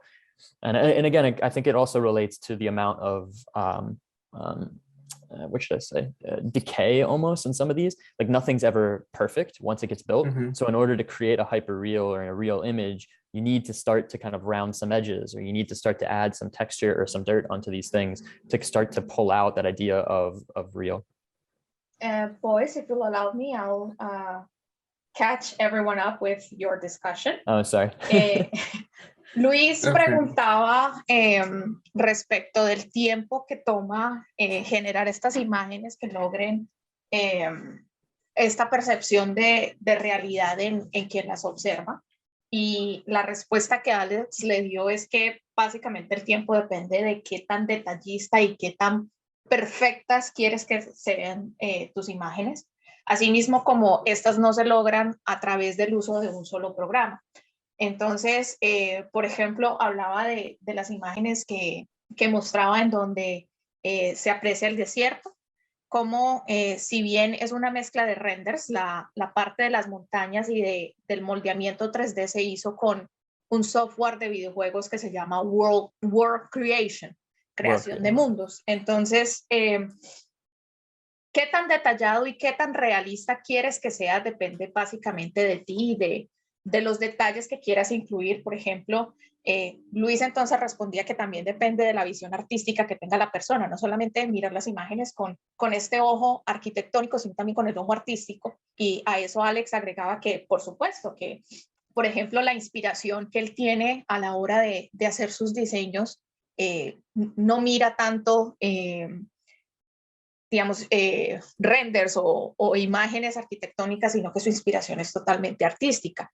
Entonces, a la hora de tratar estas imágenes, por ejemplo, la que se observa aquí, si bien hay una parte que está renderizada, pues esto es una amalgama entre imágenes satelitales y las piscinas de evaporación, por ejemplo, fueron imágenes tomadas de fábricas reales que se encuentran en el desierto.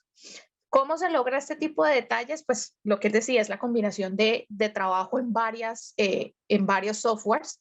Se usa Rhino, se usa ZBrush. Él, por ejemplo, usó este software de videojuegos.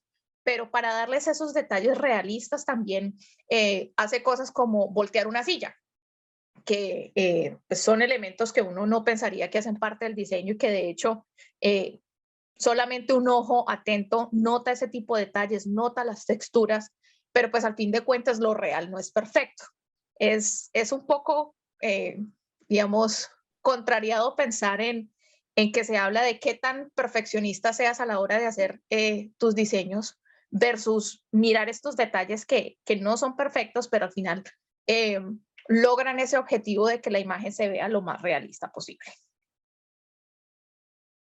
Marce, excelente. Muchas gracias por esa traducción supremamente detallada. Thank you. I'll be sure to break one. Profe Victoria, ¿tiene la mano levantada? Sí, buenos días. Muchas gracias. No, me ha encantado la presentación. Quiero hacer dos preguntas. Pensando en la racionalización de la forma y el control que dice el arquitecto y que expresa todo el tiempo tiene sobre el proyecto, quisiera preguntar, y refiriéndome estrictamente a la representación, quisiera saber cuál es la decisión para expresar el edificio como un artefacto en un fondo blanco y en un fondo negro, o representarlo con un hiperrealismo creando atmósferas. Yo sé que en los dos, es obvio que en los dos hay una carga conceptual altísima, pero quisiera saber si el cambio de la representación en un caso o en otro, en este artefacto en fondo blanco o negro o en el otro con el hiperrealismo y las atmósferas, tiene que ver con el proceso de diseño o tiene que ver con alguna decisión particular de él. También quisiera saber, otra pregunta. Profe, qué pena, ¿le puedo pedir que hagamos una pregunta a la vez? Bueno, muchas gracias. Muchas gracias. So Alice, first of all, she was congratulating you on your presentation. And she actually has two questions. And the first one is oriented towards the rationalization of the buildings and its presentation. So what influences the decision of presenting your designs over a white or a black background, or presenting your designs in an atmosphere? Obviously, she understands that like there's a heavy conceptual load in doing so in both backgrounds. But what is the decision behind presenting your designs, whether it is in a white or a black background, or like putting them within an environment? All right. Well, thank you. I appreciate that's a pretty good question. So the first one, so I mean, you might have noticed, for instance, these last images produced them with a black background versus kind of some of these other images up here, which are on the white background. There's a new technique, or I shouldn't say new technique, but there's a technique that we started to look at when it comes to quote unquote creating object style renders. And the idea is that if in order to create an image that you focus directly on the form, the texture, and the materiality of the actual object itself, what you're creating, it's best in what I've realized, it's best to do it on a blank background, whether it's white or black, it's fine. But usually, typically white backgrounds for me are the way to go because for this style, mostly because it takes that background and blurs it out. So now we're only focusing, we can focus very, very meticulously on just the object itself and not necessarily the context. So that's one way to do it. I mean, in these that I show with the black background that's over here, the reason for it to be black instead of white was just to create more contrast. So I could actually see the profile of this object because I really liked how that was working. So yeah, and then if you want to translate, and then I can go into the contextual. That would be nice. Yeah, sure. Profe, pues él me comenta básicamente que la decisión se toma por una cuestión de enfoque. Cuando se tiene el fondo blanco, permite apreciar muchísimo más las texturas, permite apreciar muchísimo más las formas. En esta imagen donde él toma la decisión de poner el fondo negro, por ejemplo, se pueden apreciar mucho más los contornos de las imágenes. Entonces, cuando se decide presentar los renders con el objeto como punto de enfoque, tener estas imágenes, ya sea con fondo blanco o fondo negro, permite que el objeto sea la pieza sea el foco de atención, y pues teniendo en cuenta cuál es el foco que tú quieres dar, así mismo determina si este foco va a ser en blanco o en negro, porque por ejemplo en la imagen de la izquierda mencionaba cómo el fondo negro permite apreciar muchísimo mejor ese contorno de la imagen en comparación, digamos, que si lo hubiera puesto en una imagen blanca. And then the second part of that is the idea of atmosphere. which is, you know, the other way to really get into some of these objects is to actually look them more atmospheric. But as you can see, when I try for some of my images, when I try to show them as quote unquote objects, I show them more kind of isolated. When I want to show them within the kind of context and conceptually how they blur between the context, that's when the kind of idea of this, the quote unquote hyperreal or the atmosphere started to be applied. So again, it's two different readings on the kind of intention of how you want the object, or you want the building, or you want the image to read. It's always the intention on, you know, what do you want to get out of it? Are we looking at it as an aesthetic object or a prototype? Or are we looking at it within a context as something that fits in and kind of molds between the existing and the new? Y básicamente aquí se puede apreciar el aspecto más importante, que es la intención que se tiene con la imagen. Entonces, cuando yo presento estos objetos, como ven, lo hago de manera aislada, y precisamente por eso uso estos fondos, porque mi intención es que el objeto sea el foco. Mientras que cuando los presento dentro de un ambiente, mi idea es mostrar cómo este diseño, cómo este elemento básicamente se mezcla con el ambiente en el que pretende insertarse. Y la idea es mostrar eso y hacer énfasis en eso, cómo ya sea el objeto se mezcla con la naturaleza existente, con lo ya establecido, o cómo simplemente estoy presentando un objeto y quiero que este objeto y todos sus detalles sean el centro de atención. I hope that answers the question. Espero que eso responda a su pregunta. Sí, muchas gracias. Si me permite, hago la segunda, es cortica. Por supuesto. Quisiera saber que usted nos contara cuál es el significado que tiene para usted la representación de los bocetos de Daniel Libensky. She wants to know what is the significance of the representation of the sketches by Daniel? So what is the kind of idea or the concept for these? Okay, yeah. So first of all, these are Daniel's sketches, so I can't really talk to them exactly on what was going through his mind when he drew these. But the idea, these were actually produced mostly for a client presentation, and these were presented to the client as being, this is the overall narrative, right, of what we're trying to produce. So the intention of this, for instance, the sketch, was to show the continuity. I mean, it's kind of a clear diagram, but he's always trying to give, within a sketch, you kind of see what you want, which is really interesting. So if you're ever going to present a hand sketch to a client, the client can start to fill in the gaps, right? These don't have to show specific buildings, but they give that idea of, okay, what we're going to create is we're going to create a series of these kind of buildings that create that link. And then the other thing to note is he always draws in some context, right? This is a church, and that church is sitting here within that rendering. So there's always this combination of creating or showing them as almost a diagram, but letting the client fill in the gaps. So yeah, I think that answers the question. Okay. Pues dice que considerando que no son sus diseños, son los de Daniel, le queda un poco difícil como saber qué estaba pasando por la mente de Daniel a la hora de realizar estos bosquejos, pero que su interpretación es que la idea de presentar estos sketches hechos a mano es darle al cliente la perspectiva de la narrativa que se quiere tener en el diseño, y que sea el cliente quien llene esos espacios. No necesariamente decir, ok, queremos construir este edificio, queremos construir esto, sino que presentar una idea como la que se veía en la imagen superior, de decir, queremos lograr esta sensación. E incluso en el diseño que está en negro, se puede ver cómo Daniel incluyó el contexto dibujando una iglesia que de hecho existe, se ve en el render. Y entonces es eso, es presentar una narrativa y que sea el cliente quien llene los espacios. No sé si eso responde a su pregunta. No sé.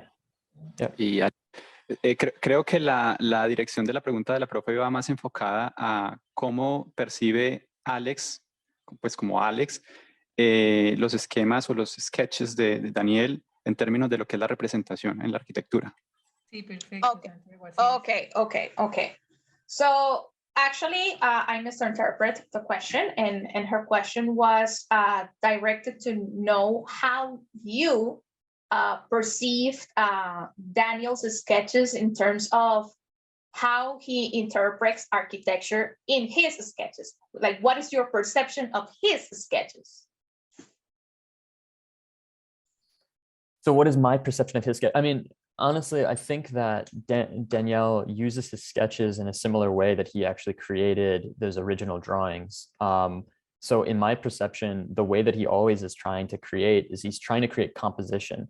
Daniel is very, in all of his sketches, and the way that he works specifically is much more in an overarching composition. When it comes to detail and how things fit together and the way that these things are specific, eventually he is good at that as well, and that's like what he does as an architect. But when he starts to sketch, he starts to see proportions and he starts to see composition extremely well and extremely descriptive. So for instance, and I haven't shown this here, but when I worked with him one-on-one, there's a lot of times where he would actually do a sketch and say, this is the elevation, right? This is what we're aiming for. So you need to interpret that in a way. So what I would do is I would actually recreate the composition in elevation and then have to figure out what happens beyond.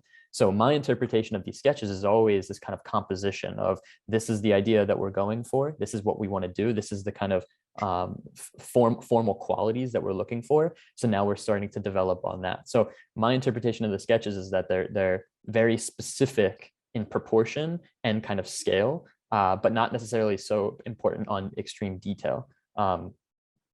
I think that makes sense. Okay. Mi interpretación de los sketches de Daniel es que él se fija mucho en elementos como proporción y que básicamente él crea una composición. Esto no lo mostré en esta presentación, pero cuando yo estaba trabajando con él normalmente generaba un sketch y nos decía, ok, esta es la elevación, esta es la proporción, esta es digamos, la idea, y de allí el trabajo de Alex era interpretar cómo esa elevación y cómo esas proporciones entraban a generarse ya en el diseño como tal, pero cuando Daniel genera sus sketches, él piensa en esos tres elementos, una composición, proporciones y elevación. No sé si eso responde a su pregunta, profe. Sí, las dos respuestas, muchas gracias. Ok, con gusto. Arquitecto Alejandro, tiene la mano levantada.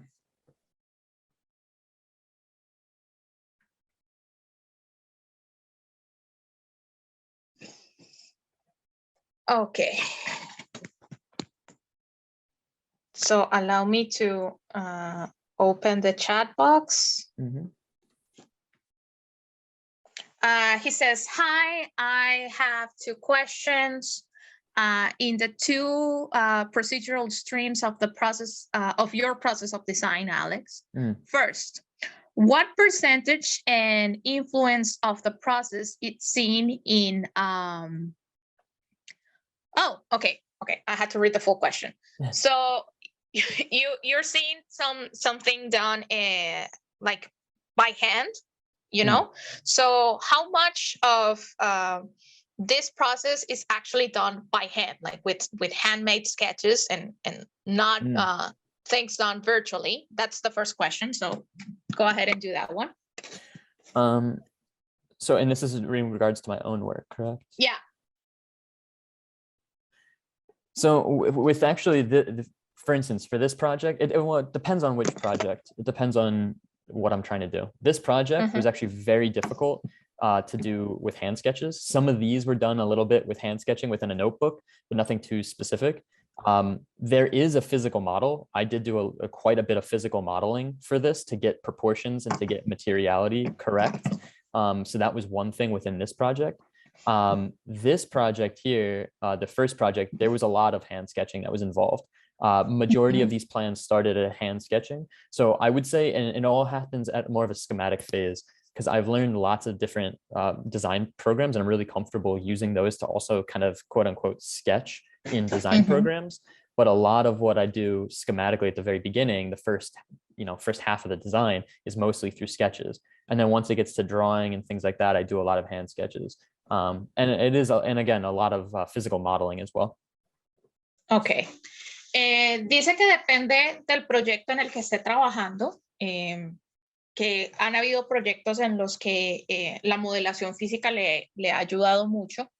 Por ejemplo, mencionaba que en el primer proyecto, básicamente la primera parte fue hacer dibujos a mano alzada, pero que también se siente muy cómodo haciendo este tipo de trabajo de sketching digamos, en herramientas, pero que depende del proyecto. Sin embargo, es una combinación de mano alzada, de modelamiento físico y de trabajo con herramientas.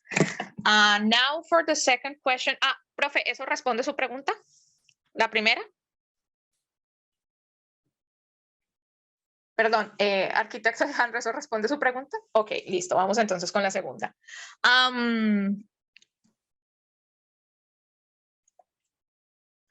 Do you have an objective conscience on how to do things really, on how to build it? So in terms of materiality, its installation, its process of building, like when you create these things, do you actually have, like, do you contemplate the possibilities of it being built?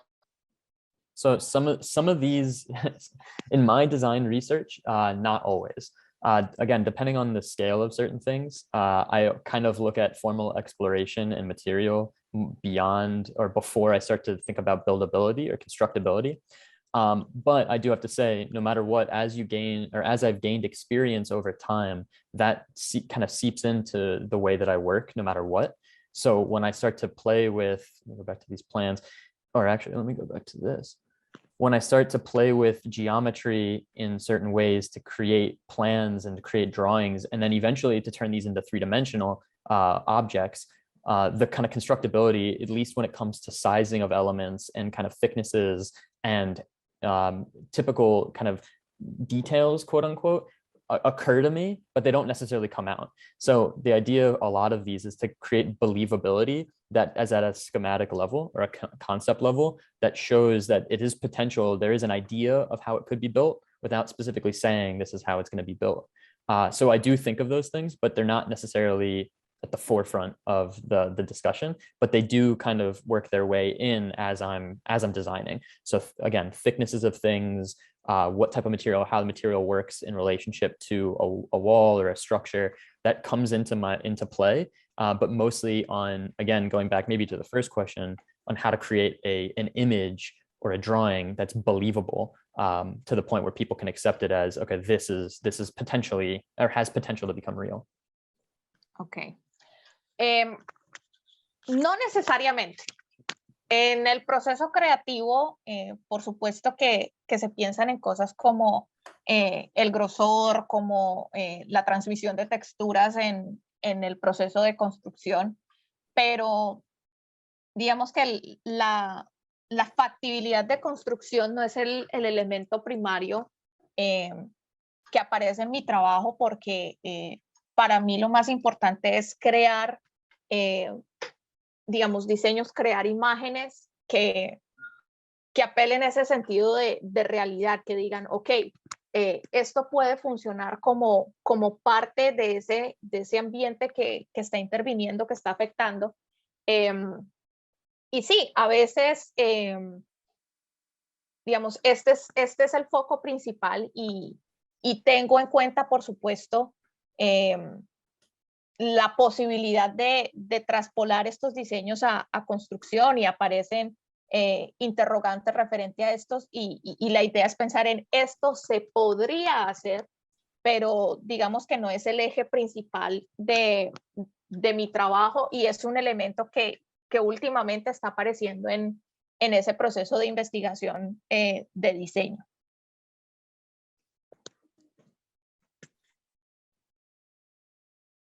Creo que levantó la mano Nicolás Pérez y luego seguimos con la pregunta de Diego. Ok. Hola, muy buenos días. Mi pregunta es, en el primer proyecto, el proyecto de universidad que hizo, es cómo decidió que la actividad y los espacios de su proyecto sean definidos por las mismas personas que lo habitaran. Es decir, pues esta pregunta me surgió más que todo a raíz de que en el proceso en que nos encontramos ahora los estudiantes es como, se podría decir, todo lo contrario, ya que nosotros nos piden como definir espacios definidos, perdón, definir espacios específicos para el área de la cocina o una circulación correcta. Entonces, ¿a qué conclusión lo llevó a él para hacer todo esto a un lado y sí, hacer que las mismas personas, o llegar a la conclusión de que las mismas personas que lo habitaran fueran las encargadas de dotar de estos espacios a una actividad? Muchas gracias. Okay. So he basically wants to know what led you to make the decision that people using the spaces that you designed in your first project, the climbing tower, that how did you reach the decision of saying, okay, people are going to determine what do they want to use these spaces for? Because as students, they are normally asked to define the spaces and how they're going to be used. Like, this is going to be the kitchen, this is going to be this is going to be that. But in your design, like, you had these voice spaces that people would basically like decide how to use. So how did you reach that decision? Well, I mean, it is within this project. I think as a climbing gym, it's kind of an easy way out for the project, where the program can be literally anything, right? How does a skateboarder, misuse certain objects in a city? How does somebody misuse an architecture as a climbing wall? So I think within this project, it was very specific that we could say to create these larger voids and verticality for people to use and kind of manipulate it by creating their own paths, right? When it comes to actually programming these things and working within a program and specifying those ways, for instance, using certain material techniques to define, one type of space versus the other, or the utilization of that, or taking something like a formal motif or a formal gesture, like these elements in here, and specifying them at different scales to create different opportunities for people to use those spaces is another way of doing it. So basically, to summarize a little quicker, it's in this project, because of the program of letting us be a little bit more, or letting me be a little bit more free, I didn't have to think about programming the spaces as specifically. If I was to program those spaces more specifically, I would take the kind of concepts, both material and formally, and scale them down so that I could start to curate exactly, okay, what does a kitchen look like using this material or using this formal technique? What does a bedroom look like, and etc. So it is possible to do that. It was just in this project, the program allowed us to be a little bit more free. Bueno, básicamente para este proyecto en particular, se sintió como una especie de salida fácil porque no estábamos constreñidos a decir necesitamos programar los espacios para que sean X o Y cosa. Sin embargo, si mi propósito fuese programar un espacio, pues entonces ya habría una reflexión desde la materialidad, desde lo formal, para determinar, ok, en una cocina, este material cómo funciona, cómo integro esto al diseño, pero digamos que en este proyecto en particular yo no tenía esa restricción de necesitar programar todos los espacios, entonces pues simplemente fue como una manera de decir estos espacios, estos vacíos, la gente puede programarlos para que sean lo que ellos necesitan, pero fue una particularidad de este proyecto. Santiago, en este momento te entrego la batuta porque tengo que preparar las cosas para mi clase de las 11 de la mañana, pero me despido de todos, deseándoles un excelente día. So Alex, you're gonna be with Santiago from now on because I actually have a class at 11 a.m. Okay. But I thank you for like all the things that I learned through this talk, because I did learn a lot. So thank you all. And thank you for translating too. It was that was hard work. Thank you. I appreciate it. Marce, muchas gracias. Tranquila, muchas gracias por tu ayuda. Un abrazo y pues estemos conversando. Tranquila. Por supuesto, que estén bien. De todas formas, yo creo que con estas últimas preguntas que veo aquí en el chat cerraremos la sesión y con la de Juan Andrés, que acaba de levantar la mano, porque Alex también pues tiene unos compromisos que atender y ya nos hemos extendido un poco, ¿vale? Entonces, voy a ir con la pregunta de Diego. Él dice, hola, tengo una pregunta, ¿en qué medida él usa el modelado paramétrico para sus proyectos? Alex, Diego is asking, he's basically saying at what extent do you use the parametric modeling for your projects? Okay, let me see. So when it comes to parametrics, it really depends on the project. Again, similarly to what I was talking about before, a lot of these projects have more of an object-like quality to them, where parametric design, when it comes to utilizing, let's say, Grasshopper, etc., is not necessarily paramount or not necessarily, or it's not necessary, I should say. Elements like this is everything's going to be curated and designed specifically. So that's using kind of Grasshopper, etc. If we talk about parametrics in a more direct way on the benefits of using parametric design, BIM modeling, for instance, with Revit, or even Grasshopper, for instance, using this project as an example. I mean, I'm in Grasshopper every day with this project, trying to figure out this facade and trying to parametrically kind of inform this.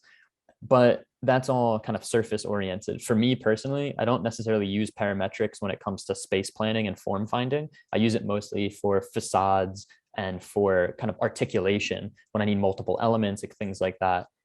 Most of the time when I use parametrics, it has to do something more along those lines, or building information modeling, BIM modeling, like using Revit and things.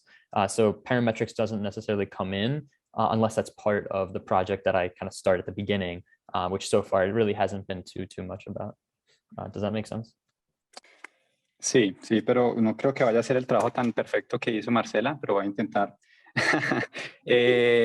Alex dice que pues no siempre es necesario el uso de las herramientas paramétricas, que incluso cuando él está haciendo la concepción del diseño en términos del espacio, no apela al uso de las herramientas paramétricas, como lo son pues el Grasshopper, que lo usa más que todo en como en el detalle de encontrar el orden y la estrategia de armado ya de ciertos elementos del proyecto, más no necesariamente como de la concepción del espacio, un poco lo que ya acabo de decir. Esa es un poco la reflexión. Lo otro que dice es que, por ejemplo, en este proyecto que está expuesto en la pantalla, pues usó una herramienta paramétrica que lo es Revit. Revit también es un programa pues, que pues, tiene una estructura paramétrica y fue utilizado en ese proyecto, aunque también pasó por Rhino y Grasshopper. Pero esa es un poco la reflexión que hace. Yo creo que hay tiempo solo para una pregunta más porque Alex desafortunadamente tiene que salir a las 10:45, 11. O no sé si alcancemos, yo creo que ya está muy encima. Alex, I know you have to leave very soon. I don't know if there's more time for another question or... Yeah, we could take another question. Yeah, that's fine. Cool. Entonces voy a leer la que dice acá. Hola, tengo una pregunta. ¿En qué momento se usa como proceso creativo el contexto o en cuál es más una inspiración del arquitecto? David Celis is asking, he wants to know, during the creative process, how do you use the context, or at what time do you use the context, or when do you use the context, and what's or is it more like an inspiration of the architect for developing the project that you're working with? So again, it depends on the project, but I do have to say that the site, context as a loose term should always be brought in my mind, whether it's site conditions, right? What the site is that we're utilizing, whether it's the city. But a lot of times, and that's why I like this idea of sampling, a lot of times there's multiple contexts that we can draw on. So we can say that we've got ideas that we take from one context and put into another, but we have to understand the literal context, right? Where the site in which that we're implementing these things on. So I like this project as an example, right? Because we actually use the site, at the very beginning, right? I actually use the context and use the literal objects and material that's on site where we're going to be designing from the onset.